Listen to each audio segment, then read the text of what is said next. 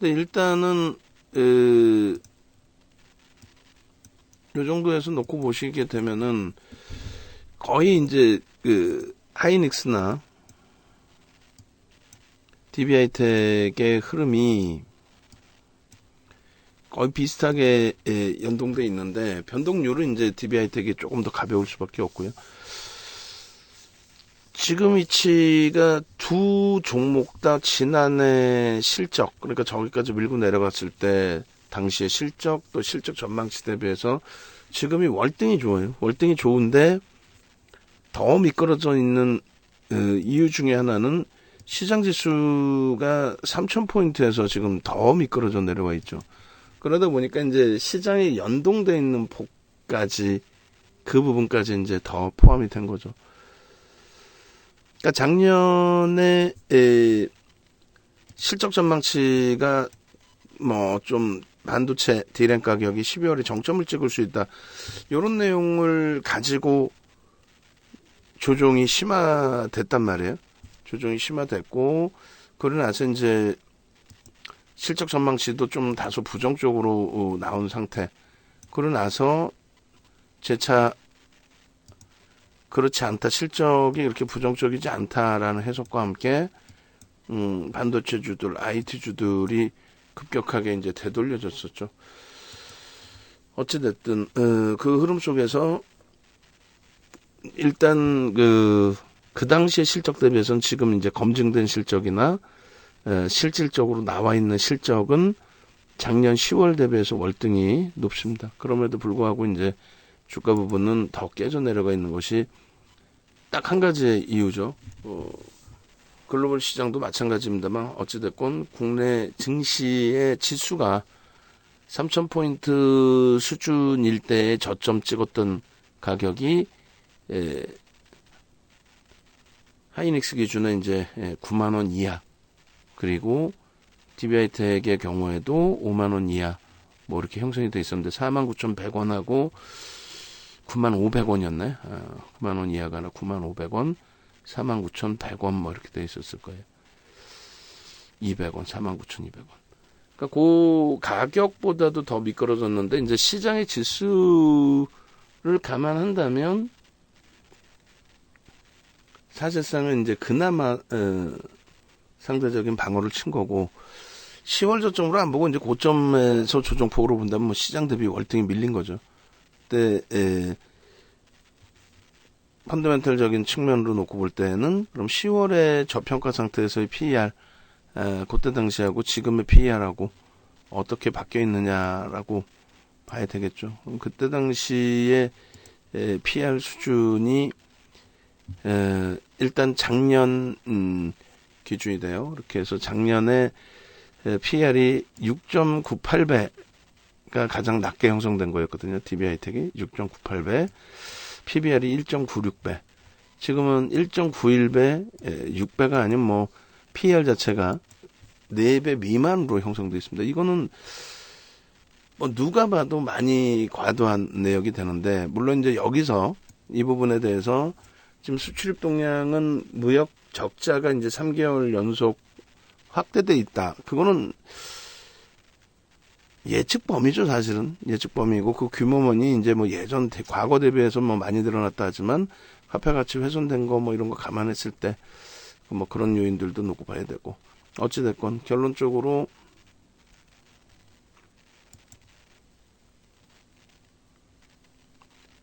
DB하이텍이나 하이닉스 또 여타 업종군의 종목군들이 그 종목군들이 만약에 실적 전망치가 지금의 이야기처럼 과도하게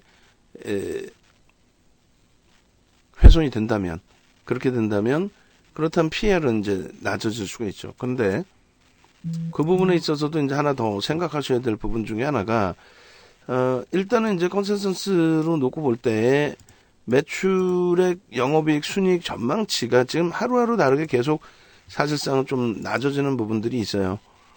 이쪽도 조금 소폭 낮아졌어요. DB하이텍도. 근데 이제 참여하는 증권사가 말씀드린 것처럼 제한적이다 보니까 빠르게 반영이 안 되는 부분이 있습니다만, 분기 실적은 일단 확인이 됐고 2분기 실적도 아무래도 아무리 둔화됐다고 해도 컨센서스를 크게 하향할 것으로 보지는 않죠. 그러니까 마이크론 테크놀로지사의 기준에서도 마이크론 테크놀로지사가 전망치 대비해서는 5% 정도 더 잘 나왔거든요, 실적이. 근데 이제 향후 전망치가 좀 급격히 하향되면서의 문제가 된 건데, 그렇다면 DB하이텍이든 하이닉스든 현재 기준에서 이제 노출되어 있는, 나와 있는 영업이익 순이익, 현재 나와 있는. 그리고 2분기까지는 그럼 마이크론 테크놀로지사처럼 뭐 5% 강세까지는 아니더라도 예상치 혹은 소폭 못 미쳐도 여기까지가 3천억 정도 된단 말이에요. 하반기는 어떻게 되더라도 일단은 3천억 정도의 실적이 일단 달성이 된다. 상반기에만. 그럼 영업이익 부분의 3천억이면 지난해 대비해서 뭐 거의 80% 수준이죠. 그리고 하반기에 아무리 안 좋아진다 해도 하반기에 반토막이 난다 해도 그렇다면은 그래도 1,500억 이상. 그럼 작년 대비해서 이제 월등히 강한 거고 그 다음해의 기준을 글쎄요 계속해서 부정적인 전망을 시장에 가져간다라기보다는 오히려 이제 일시적이다라는 의견도 분명히 있기 때문에 그래서 일단은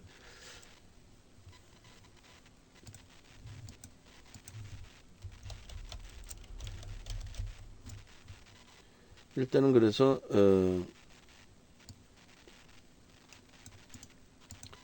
현재 기준에서 실적 전망치가 얼마큼 하향될 것이냐의 기준인데 일부 이제 계속 하향되고 있습니다만 그래도 하향이 돼도 작년 대비해서는 월등히 긍정적이다. 근데 그것이 이제 다른 뭐 예전에 비교해드린 것처럼 시즌이라든가 또 HMM이라든가 그게 업황이 거기서 이제 정점을 찍고 업황 자체가 깨진다. 그러면 이제 반도체 업황이 깨진다라는 거는 그럼 전체 경기에 말 그대로 뭐 침체가 되는 거죠. 둔화에서 돌려지는 게 아니라 침체. 그렇게 된다면 어떤 종목이든 뭐 유틸리티 업종이나 그에 반하는 업종 정도를 빼고 나면은 뭐 버거워지겠죠. 그러니까 전체 지금 21개 업종 중에서 그나마도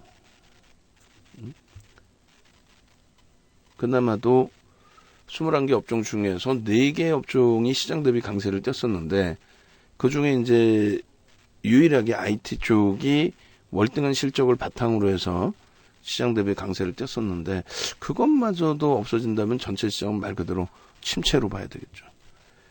그러니까 지금 과도하게 미끄러진 것은 분명히 맞습니다만 지난해 10월을 좀 감안을 해서 버거운 상태지만 지난해 10월을 감안을 해서 대처를 하는 쪽이 옳을 것 같습니다. 그러니까 지난해 10월을 감안한다는 거는 지난해 10월일 때 이제 놓여져 있던 저점이잖아요. 지금 위치가. 지난해 10월 3,000포인트일 때 놓여져 있던 저점. 근데 시장 지수는 3,000포인트가 아니라 말 그대로 더 무너져 내려서 지금 뭐 2,300이 이탈된 상태인데 그 상태에서 주가는 같은 위치에 있다. 작년 기준에. 그만큼 이제 실적이 더 개선돼 있기 때문이다. 여기서 이제 시장이 안정화가 되면은 과도한 실적 범위에 대한 조정폭이 지난 이제 10월달 가격 반발력 나왔을 때의 흐름처럼 그렇게 진행될 가능성이 월등히 높다. 2차 전지도 우리가 갖고 있지만 2차 전지만을 놓고 본다면은 좀 버거운 부분이 있고 실적에 대한 부분이나 이런 모든 것이 그리고 뭐 LG화학은 그래서 그 화학주 기준의 LG에너지솔루션의 가치 부분, 그 가치 부분에 대해서 2차 전지 부분 이렇게 이제 맞물려서 흘러가는 부분을 들여다보는 거죠. 지금은 일단 어찌됐건 거래 대금 자체가 급감을 한 상태예요. 그러니까 전체적으로 종목군들도 거래 대금이 지금 급감을 한 상태죠. 그러니까 거래가 제한적인 상태에서 그들만의 악재, 그러니까 조정을 받는 종목의 악재 혹은 프리미엄이 이제 깨어져 내려가는, 그러니까 뭐 거품이 빠지는 종목군들, 그런 종목군들은 좀 버겁죠. 우리 입장에서도 그러니까 프리미엄이 있는 쪽, 그러니까 뭐 지금 사실상 코스모 신소재라든가 이런 쪽은 프리미엄이 있는 쪽이고, 한국항공우주나 이런 쪽도 프리미엄이 있죠. 근데 방산업체 현대로템이나 근데 그런 쪽은 이제 그나마도 누적 수급이 월등해서 그 기준을 설정을 해서 놓고 보는 거고, 그게 이제 꼬여지면 그것도 머리가 아파지는 거고. 그리고 신재생 에너지 쪽은 그나마 하나솔루션 이제 문자를 발송을 할 건데, 이쪽도 기본적인 실적 플러스 이제 성장성, 거기에 이제 수급이 뒷받침돼 있으니까 그나마도 뭐 그러한 부분을 좀 위안 삼아서 들여다볼 수 있는 정도 수준으로 해석을 할 수 있을 것 같아요. 결론적으로 IT는 실적 그리고 이제 수급, 단기적인 수급은 꼬여 있다 할지라도 원체 이제 누적적으로 형성되어 있는 수급 범위는 긍정적으로 해석할 수 있는 위치가 되죠. 그래서 일단 질문 주신 내용 부분, 실적이 이렇게 뒷받침되는데도 이렇게까지 무너져 내려서 흘러갈 수 있느냐라는 질문에, 어차피 이제 시장의 바닥을 뭐 서로 증권사도 이제 뭐 하향을 해놓고, 증권사 하향 내용은 그 보시면은 기존에 설명드린 것처럼 돼 있어요. 그러니까 증권사 쪽에서는 지금 이제 실적 범위가 전망치가 이제 하회가 되고 있으니 그 부분에 대해서 전체 PER, 우리나라 이제 PER 등을 감안했을 때 지수 지금 9배 수준까지 내려와 있거든요. 그래서 그런 부분을 감안했을 때 2050에서 뭐 2300 정도가 하향되고 있는 실적 감안했을 때 9배 수준의 PER이다. 여기가 이제 바닥일 가능성이 높다. 더 추가적으로 급격히 하향 조정되기 전에는 그렇게 이제 해석을 하거든요. 그래서 결론적으로 마찬가지입니다. 이제 지금 기준에서 놓고 보실 때 시장이 바닥 인식을 잡고 이제 여기서는 과도한 그 전체 시장 실적 대비해서 과도하게 이제 밀려져 있는 흐름이기 때문에, 그렇다면 그런 부분을 되돌린다라고 한다면 당연히 이제 실적주, 낙폭과대주, 실적주 뭐 이렇게 되는데, 낙폭과대주는 그 가격 반발력에 한계가 있고요. 실적주 부분은 추세적으로 전환시킬 수밖에 없는 기준이 되죠. 그리고 이제 메이저들 입장에서도 어차피 편입에 대한 근거가 있어야 돼요. 편입에 대한 근거가 뭐 제약바이오에 낙폭과되어서 뭐 매수를 하겠다 이런 부분은 말이 안 되죠. 그렇게 해서 이제 감사팀의 그 명분이 명확한 기준이 잡혀 있어야 되기 때문에, 어찌됐건 결론적으로 그런 맥락에서 들여다보고, 반도체 쪽도 이제 과도하게 조정받았던 부분에 대해서는 일단 버겁지만 유지하면서 대처하는 걸로 설정을 잡아드립니다.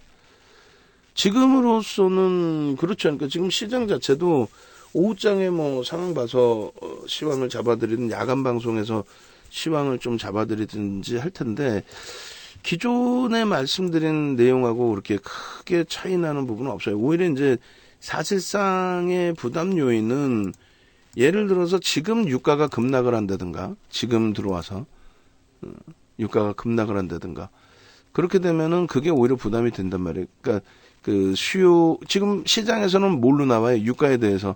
유가 급등에 따른 물가 강세라고 표현하잖아요. 근데 그렇지 않단 말이죠. 보셔도 되고 일반 차트로 보셔도 되는데, 특히 주봉으로 보시면은 예를 들어서 이제 변동성 부분이 확장된 게 요 자락이잖아요, 여기. 그리고 유가가 지금 뭐 여기 있는데 부담이 되나요, 사실? 부담이 안 된단 말이에요. 최근에 3개월 동안의 그 강도, 여기까지 이런 강도로 올라왔는데, 예? 지금 뭐 올라왔다고 해봐야 거의 올라온 게 없죠. 그 앞전부터 뭐 유가는 고공행진을 하고 있었고, 그리고 수요에 의한 부분이 맞고, 근데 이게 급격하게 조정을 받는다면 그거는 이제 경기 둔화가 되기 때문에 그건 버겁습니다. 그 기준. 그 다음에 채권 수익률이 10년 만기 채권 수익률이 3% 미만으로 내려갔단 말이에요. 그게 급격히 내려가면 그것도 문제가 되죠. 급격히 내려가면 야, 이거 경기가 침체되는 거야 라는. 근데 그런 신호가 있어야 되는데 사실은 그런 신호는 제한적이고, 뭐 철저히 지난 그 2021년도에 금리를 좀 올려줬었어야 되는 부분을 미국에서 이제 금리를 올리지 않고 테이퍼링도 좀 3월 또 2분기 이럴 때 단행했어야 되는데 조금 여유를 가져갔죠. 그러한 이유는 여유라기보다는 추가적인 자금을 뿌려대서의 기준이죠. 지금도 사실은 우리나라도 금리는 올리면서 재난지원금이나 뭐 이런 기준에서의 자금을 뿌렸잖아요. 그러니까 좀 말이 안 되는 거죠, 사실. 그렇게 되면서 이제 인플레이션은 계속 유지가 되고 돈이 넘쳐 있으니까, 그러니까 그거를 금리를 올려서 소비를 조금 줄이는, 공급자에 의한 부분은 거의 없어요. 아까 유가 보신 것처럼 유가가 공급자에 의해서 이렇게 폭등을 하거나 그런 건 아니죠. 그러니까 공급자에 의했다는 건 뭐냐면 예전에 오일 쇼크 당시처럼 유가 부분을 이제 그쪽에서 만지게 되면.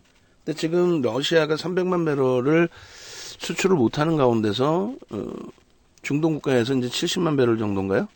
증산을 했는데 그거 갖고 턱도 없이 부족하지만 그렇다고 해서 유가 폭등이 아니라 수요가 이제 일부 감소가 됐기 때문에 제한적인 등락범위에 멈춰져 있다라는 거죠. 돈은 더 뿌려져 있고.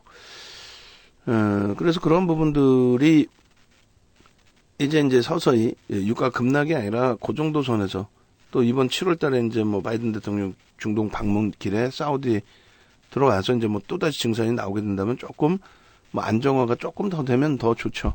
근데 그렇게까지 유가가 하락해야 될 이유는 없어요, 사실. 우크라이나 사태를 떠나서. 우크라이나 사태가 없었다면은 또 급격한 금리 인상이 없었다면은 유가는 뭐 수요에 의해서 강세를 띠는 거는 뭐 당연한 부분이었죠. 근데 그 수요가 이제 일부 이제 축소되어 있는 그런 상태이기 때문에 그 정도의 이제 물가는 좀 잡힐 것 같아요. 그러고 나면은 그거 이외에는 지금 시장에 뭐 침체로 이끌어 갈 만한 내용은 없습니다. 우리나라가 유독 더 약세를 띈 거는 이제 중국과의 관계.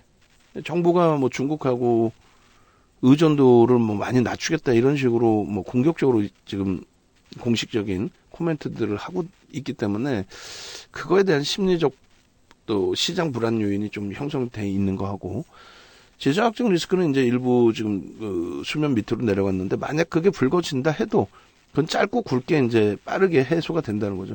만약에 해소가 안 된다면 그거는 뭐 전체 증권시장뿐만 아니라 전체 금융시장 자체가 난리가 나는 거고 동결이죠. 뭐 개장도 안 하죠. 그렇게 그 정도의 심각한 문제 발생된다면 북한과의 문제에서 마지막에 이제 그 경상수지 적자 부분에 있어서도 노출돼 있던 거죠. 3개월 연속 뭐 확대돼 있다라는 게 갑자기 3개월이 아니라 그 전부터 2개월 연속이었고 그 다음 달도 축소되겠다라는 거는 뭐 예측 범위였고 그래서 그걸 확대해서 가지 말자라는 거예요.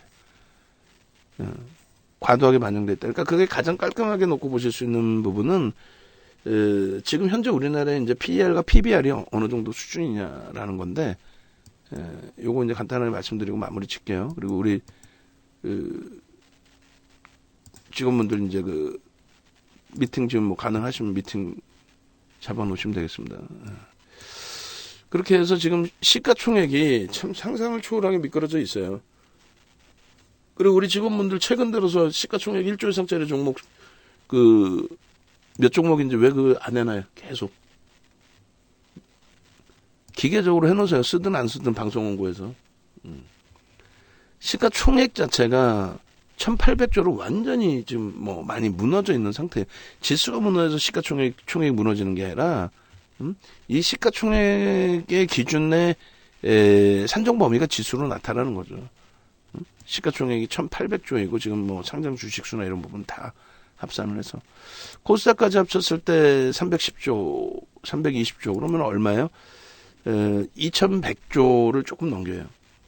2100조에 지금 PR이 9배 수준이라고 한다면 그러면은 230억 정도가 순이익일 것 같아요. 우리나라 이제 올해 기준에서의 그 순이익 대비해서 이제 너무 과도하게 조정폭이 깊어져 있다 이런 내용입니다. 또 PBR 관련해서도 지금 뭐 0.9배 이하 그러니까 평상시에 PER이 12배 수준 정도. 그러니까 지금 지수 대비해서 시장이 안정화가 되면은 돌릴 수 있는 범위를 우리는 이제 한 40% 정도까지 본다는 거죠. 40% 수준까지.